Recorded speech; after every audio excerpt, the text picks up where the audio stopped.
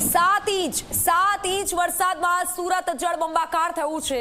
ભારે વરસાદના પગલે 70% વિસ્તારોમાં પાણી ભરાયેલા છે। પાણી ભરાતા શહેરીજનોની વિકટ પરિસ્થિતિ છે। ભારે વરસાદના પગલે એનડીઆરએફ એસડીઆરએફની ટીમ બોલાવાઈ છે। અત્યાર સુધીમાં 600થી વધુ લોકોનું સ્થળાંતર કરાયું છે। આવતીકાલે પણ હજુ ભારે વરસાદની શક્યતા છે। ભેદવાડ મીઠી ખાડી ડેન્જર લેવલની ઉપર ચાલી રહી છે, ભયજનક સપાટી પર છે।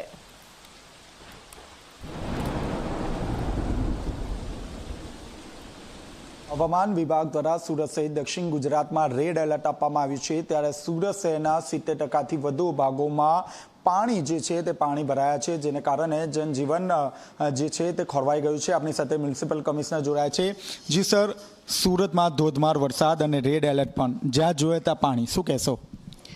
આપણે હવામાનથી આગાહી પરમ દિવસે આપણને મળેલું હતું।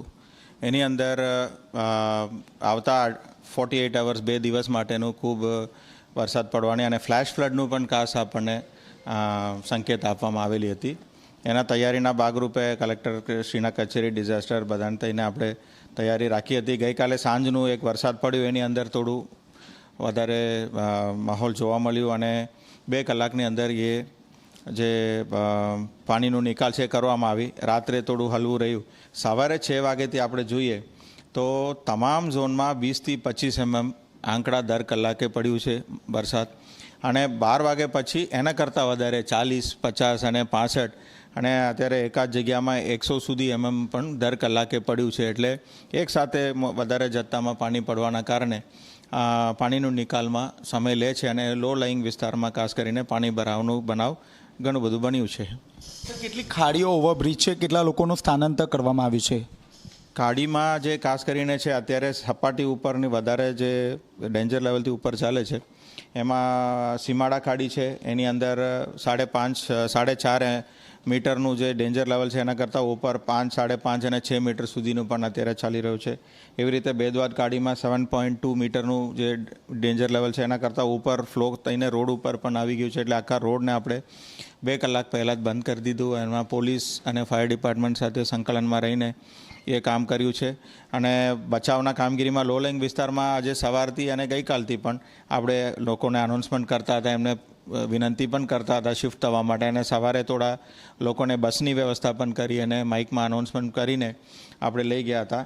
એની અંદર શિફ્ટિંગમાં આપણે વાત કરીએ તો 2 જગ્યાએ વધારે સાઉથ ઝોન અને ઉધના ઝોન અને લિંબાયત, એમાં શેલ્ટરના વધારો અત્યારે ઉપયોગ થયો છે। લગભગ 600 જણા તો ઓલરેડી ત્યાં આવી ગયા છે અને બાકીના લોકો પણ આવવાની તૈયારીમાં છે। સર, એસડીઆરએફ અને એનડીઆરએફને જાણ કરાશે? એસડીઆરએફ એનડીઆરએફને અમે ગઈકાલે જાણ કરી લીધી હતી અને સ્થાનિક લેવલે એનડીઆરએફની એક ટીમ 27 જણાનું એક સેક્શન જે છે ગઈકાલથી કામમાં છે અને સવારથી છે। એસડીઆરએફને આજે સવારે 8-9 વાગે આપણે ચર્ચા કરીને મંગાવી લીધા હતા।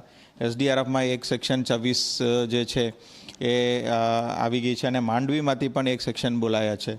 એસડીઆરએફનો અત્યારે 1 કલાકમાં પહોંચશે અને હાલની જે એનડીઆરએફ છે ને એ મીઠી ખાડી વિસ્તાર, કમરોનગર અને બેઠી કાલની એ જગ્યા ઉપર આપણે એમને ડિપ્લોયમેન્ટ કર્યા છે। એ સિવાય આપણે ફાયરનું જે બોટ્સ છે એ લગભગ 10-12 ટીમ જે છે તમામ જગ્યાએ ઉપલબ્ધ છે અને એ લોકો પણ રેસ્ક્યુના કામગીરી સતત કરી રહ્યા છે અને અત્યારે ડિમાન્ડ થોડું વધારે વધ્યું છે। છેલ્લો સવાલ, આવતીકાલની શું પરિસ્થિતિ? આવતીકાલ માટે આપણે પૂરેપૂરું તૈયારી રાખવું પડશે। આગાહી પણ છે અને કુદરતી કદાચ ઓછું વધઘટ થાય તો આપણને તકલીફ પડવાની છે। આજે પણ 2 વાગે પછી લગભગ બીઆરટીએસ ને બધા જે બસ સેવાઓ પણ બંધ રહી છે। 2-4 બસની પાણીની અંદર પણ બંધ થવાની બનાવ બન્યું છે। તો બધાને એટલું જ આપણે વિનંતી કરીએ કે આવતીકાલ બપોર સુધી અથવા સાંજ સુધી જેટલું આપણે ટાળી શકીએ એટલું બહાર જવાનું ટાળીએ। ઇવન બાળકો રમવા માટે પણ જાય છે, એ પણ ખૂબ પ્રોબ્લેમ થઈ શકે એવું છે। તો બધાને વિનંતી છે ઘરે સલામતી સાથે રહે એવો અમારો ખાસ અનુરોધ છે। તો અહીં મ્યુનિસિપલ કમિશનર દ્વારા લોકોને અપીલ કરવામાં આવી છે કે વગર કામે ઘરની બહાર ન નીકળવું, કારણ કે આવતીકાલ સુધી જે આગાહી છે, આગાહીના પગલે સુરત શહેરમાં ધોધમાર વરસાદ વરસી શકે છે। કેમેરામેન વિજય બેસાણ સાથે ચેતન પટેલ, ઝી મીડિયા, સુરત।